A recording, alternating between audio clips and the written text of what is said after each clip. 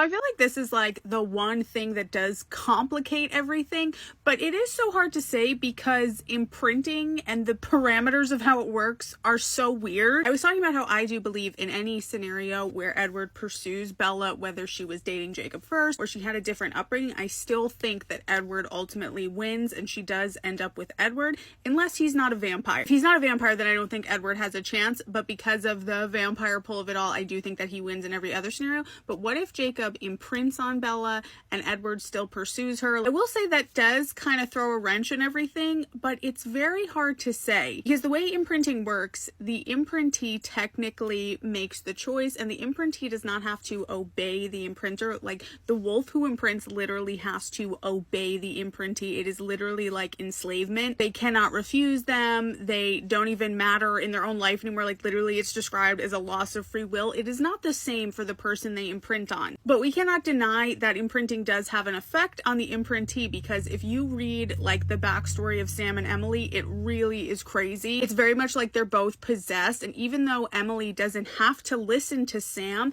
she refuses him at first, but she feels this pull and she really does want him around. It's like she can't deny it and she feels this pull even though it's not like a mandate like it is for Sam. That just goes to show you, as much as it can be said, oh, imprinting's not romantic, it doesn't have to be romantic, it literally is. Like that's just the way that Stephanie writes it. We don't have any examples of imprinting that doesn't end up to be romantic. It's implied that it's always an inevitable romantic tie, and it's also implied to be about reproduction. The way Stephanie writes it, imprints always do end up together. It is supposed to be like a soulmate thing in her world, or at least that's what she has shown us thus far. Now, of course, that is not a fault of Sam or Jacob or any of the wolves who imprint, because it's literally involuntary. But that also means that Bella will be affected in some way by this imprint, and this is definitely, if nothing else, going to make that more convoluted and treacherous decision, because this kind of removes what was the point in the other scenarios. That is that what makes Jacob and Bella's relationship so compelling, especially in a story like Twilight, is that it is so human. It's not supernatural. It's warm and authentic in that way.